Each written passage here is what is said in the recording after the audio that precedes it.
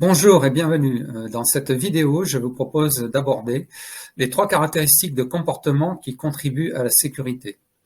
Donc, il ne s'agit pas là de parler de comportements précis, mais plutôt de grandes catégories de comportements ou de lignes directrices de comportement.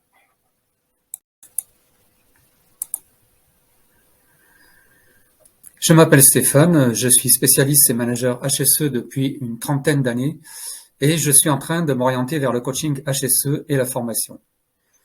J'ai écrit un livre en 2021 sur le macro-audit HSE et c'est un ouvrage qui contient des informations pratiques, bien sûr, sur l'HSE, mais aussi beaucoup de représentations et illustrations schématiques. Donc aujourd'hui, on va parler des caractéristiques de comportement qui contribuent à la sécurité. Donc, première caractéristique, la préparation du travail ou l'anticipation.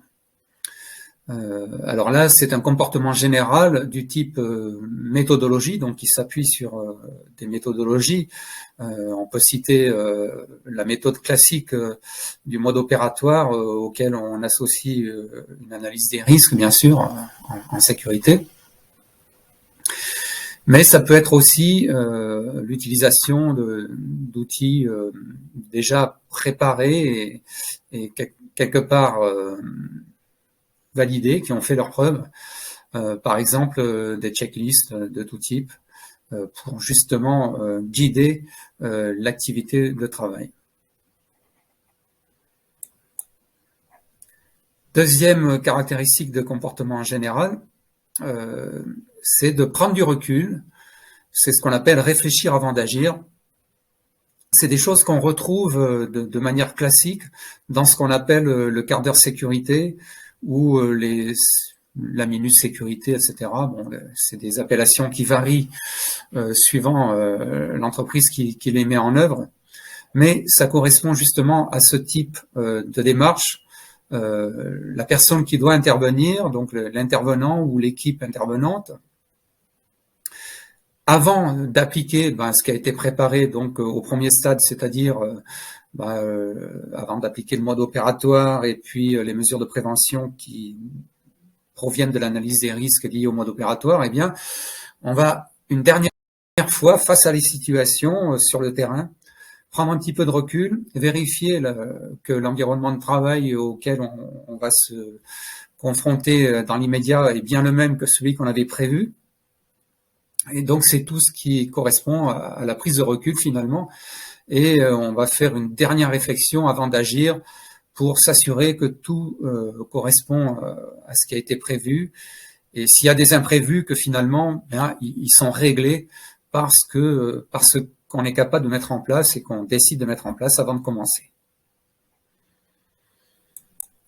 Deuxième donc, niveau de comportement, la rigueur.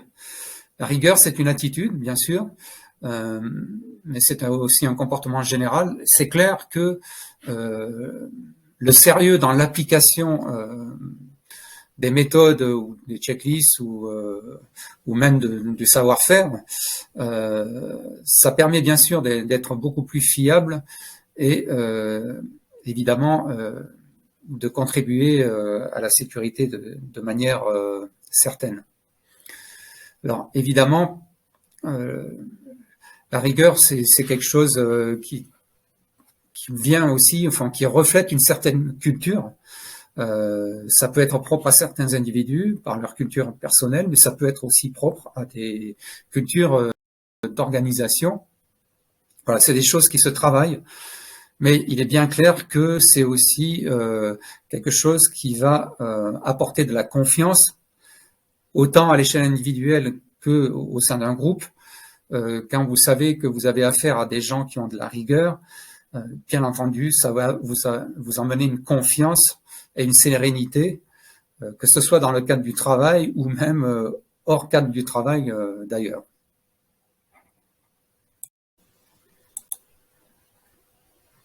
Donc tous les éléments que nous venons de voir, bien sûr, contribuent à des effets positifs sur la maîtrise des risques et la sécurité. Et c'est donc le haut de la pyramide qui s'affiche désormais à l'écran.